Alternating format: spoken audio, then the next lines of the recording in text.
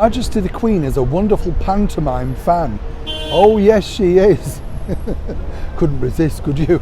But it's interesting to note that if you want to now get your hands on a true piece of royal memorabilia, this could be the piece of action for you. Let me explain. Hi, good morning, Neil Sean here in the very heart of London. Very hot and warm London today. And I hope you're all keeping well as ever. Thank you so much for joining me. This particular story, once again, is a heartwarming story all about our wonderful monarch, and basically it is an opportunity for you to actually own a bit of royal history. So let me explain. In the early 40s, during the war, Princesses Margaret and Elizabeth were sent over to Windsor Castle to make sure that they were safe.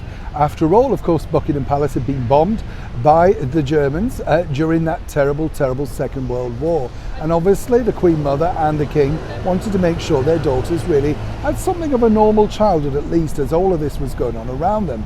So in order to keep them occupied every Christmas, what they decided to do, the princesses, was to put on a pantomime featuring local talent at Windsor Castle, of which they would also appear. All the money raised went to all the good causes for the armed forces, stuff like that. A noble cause nonetheless. Now this particular sort of situation went on for about 3 to 4 years. All the regular pantomimes were covered: Sleeping Beauty, Cinderella, Jack and the Beanstalk, that sort of stuff. And as you can see from pictures here, you know, the princesses really did get into the mode. According to Princess Margaret, Princess Elizabeth was rather bossy and preferred the role of being a director and producer rather than appearing on stage. Wonderful. But now the original scripts are going up for auction. A London auction house has managed to get them from the original writer. And this particular gentleman really does have some royal history. But Tanner, who wrote all the scripts alongside producing them with the young princesses at the helm, possibly just assisting, you know, let's be honest. Well, a lot of his memorabilia is now gone up for auction. As I say, you need to look online for the auction house. Spink & Company is the name. I'm not quite sure exactly how much these are going to go for, but apparently there's little bits of writing on there, suggestions that the princesses made, all that sort of stuff.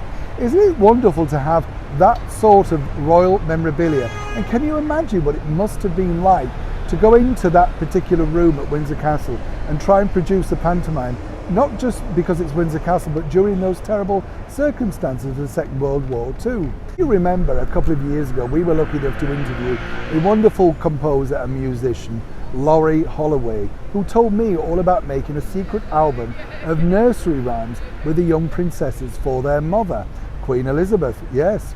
And what's interesting about that is, when you think about it, there must be lots and lots of royal secrets that we truly don't know anything about. But of course, once someone passes away, sadly, their memorabilia gets passed on. And I think it's quite nice that it's gone to an auction house. But let's just hope that these scripts get to be put in the public domain, so at least we can see exactly how the young princesses celebrated Pantoland at Windsor Castle every Christmas during those very difficult years. Now I wonder if Queen Elizabeth could still slap thigh. That's right, particularly for a principal boy. According to a good source, Princess Margaret truly loved the acting world, and it was something that she toyed with for a few years. After all, we saw her becoming friends with so many greats and appearing in their home city films like Peter Sellers.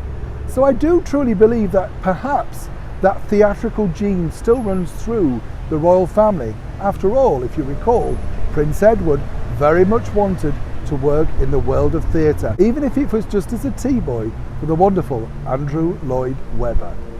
Neil Sean in the very heart of London.